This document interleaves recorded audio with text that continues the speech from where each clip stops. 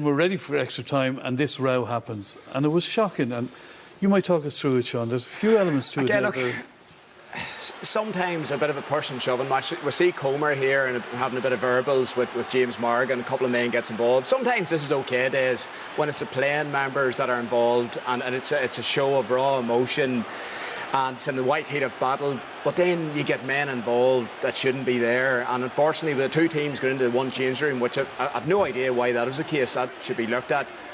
But then it gets ugly when you've guys there that shouldn't be there, that aren't involved in the game itself, have nothing to lose, and we're going to see an incident here where one of Armagh's best forwards, Tiernan Kelly, seems to grab the face of Damien Comer, and when it gets to that level where guys involved are sort of interfering in this sort of a way, that should never be in any sporting field or arena in anywhere in the world. Is as simple as that. So no one wants to see it happening. I've no doubt Tiernan Kelly will be gutted, will be embarrassed, and will have to deal with a lot of repercussions in the aftermath of this. But it's okay up to a certain point, but after that point, it's a disgrace. The tarnished Des what was a brilliant game, and Tiernan Kelly puts his hand in somewhere which is very, very dangerous, and it's just not acceptable. And from the perspective even of Damien Comer, that probably ignited it. Maybe just get off the pitch. There's a lot of tension, at the final whistle after what had happened, and there's probably more tension with the guys that are not playing because they haven't contributed to it. The lads on the field are probably more composed, and that was the sad thing, that too many people that weren't involved in the game, they were probably the ones that maybe contributed more to the melee than actually the players themselves. But it was disgraceful. It was a pity to see, because it tarnished a really good. Have you sympathy for the referee? There was so much going on there. What does he do? But two guys I have sympathy for and I can't understand is Sean Kelly and Aidan Nugent, because Well, on that, it's a very interesting point you raise there, Colin, because this was the referee and their officials talking while the teams were in there, and then these two men were sent off, Aidan Nugent and Sean Kelly. Now, word went round that Nugent's a co-captain, Sean Kelly was a captain, and it was two captains sent off. Kieran, you take us through this. Why were they sent off? We're struggling to understand why they were sent off. We tried to obviously pick them out. You can see Aidan Nugent is there. There was a lot of guys trying to be peacemakers. I think we have to recognise that as well. There was Kieran Donaghy, and you can see Kieran McKeever. But Aidan Nugent doesn't look to be involved in any shape or form at all. And you can see, if anything, he's trying to he's split it up. Now, there's a lot of stuff going on. A lot of guys with bibs Sean that Kelly are getting much more involved and pulling guys to the ground.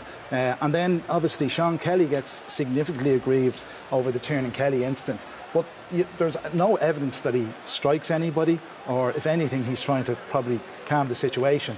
And certainly not involved in anything that we can see. He reacts to the hand on the face, but he doesn't react in any aggressive way. There's probably more. There's a Galway sub that reacts more than he does, and he's actually trying to calm the situation. And you can see he's aggrieved, he's annoyed, and why they were picked out or sent off. We're struggling. I think the referee should have to answer those questions as well. Sean Kelly and Aidan Nugent were two of the best players on the pitch, and we talked about this brilliant spectacle of a game, and those were the two of the stars that were there today, and to be pulled out, and I've no idea how they took it so well. They were shaking each other's hands. The bigger issue is these melees are tend to happen now and again. They're coming up.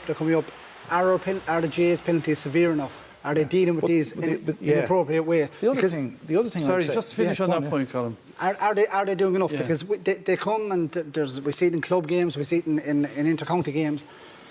So you feel there should be more harsher penalties and more severe, and for the eye gouging, that's a disgrace. I think there should be harsher penalties on guys who shouldn't be there. There's a bit of a mutual respect sometimes between the players, and a bit of pushing and shoving goes on, but it's kind of acceptable. It's a guys getting involved that shouldn't be there. Extended squad members and things getting involved in it. They shouldn't be there. But I think in general, a lot of them are probably happening at half-time or after the match.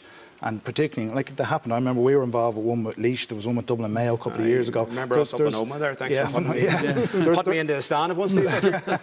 But I think there's, particularly Croke Park, you've two quality dressing rooms on either side with a double header.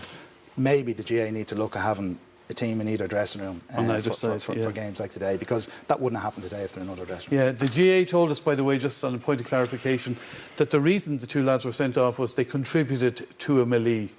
But if that were the case, 10 or 12 could have walked. 10 or 12 could have walked, exactly. But we still had extra time to come, Kieran, and